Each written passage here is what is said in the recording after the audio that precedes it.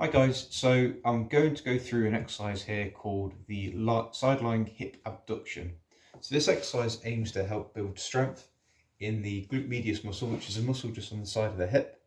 This is a really important muscle as it both controls what the leg and the knee does, and this is important when you're walking, running, but also it controls what your lower back does, for example, when you're climbing the stairs. So the way that we do this is just to be lying on your side. So we're going to do both sides, but start on the side that is symptomatic to begin with. And just grab something as a pillow and bring your top hand slightly in front, and that just helps keep you stable whilst doing this exercise. And then the hand that's on the floor is just going to be forward and out the way. The position we want to be in is about 45 degrees at the hip and about 90 degrees at the knee. So in this position is essentially with the ankles or the heels of the feet in line with your sit bones or your backside.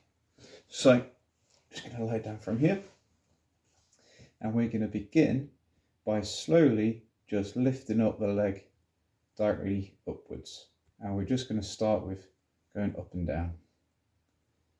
And whilst we're doing this, we're trying to maintain the knee flexion, the knee bend, and keeping it just above where the other leg is.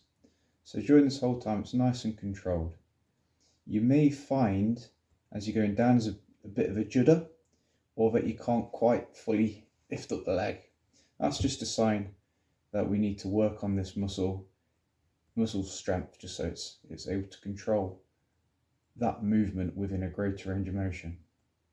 So after we do about 10 of these, we're just going to add a clockwise circle motion. So we're just imagining the knee is a pointer, and that's just drawing a circle. So whilst we're doing this, we're avoiding coming all the way down to touch the other knee. So we're just going to stop a few inches, about 10 centimeters from the other knee, and keep it moving from there. After about 10 of these, we're just going to return that movement. So at this point, you should start to be feeling the side of the hip really working. This is nice and easy.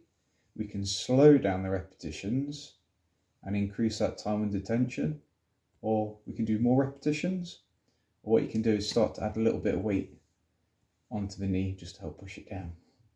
If you're looking for a bit of an extra challenge, and I think this is really important to work up towards, it's just going to be creating a gap between the bottom of your torso and the floor. So at the moment I'm totally flat and it's touching the floor, but what we want to do is just lift up the way.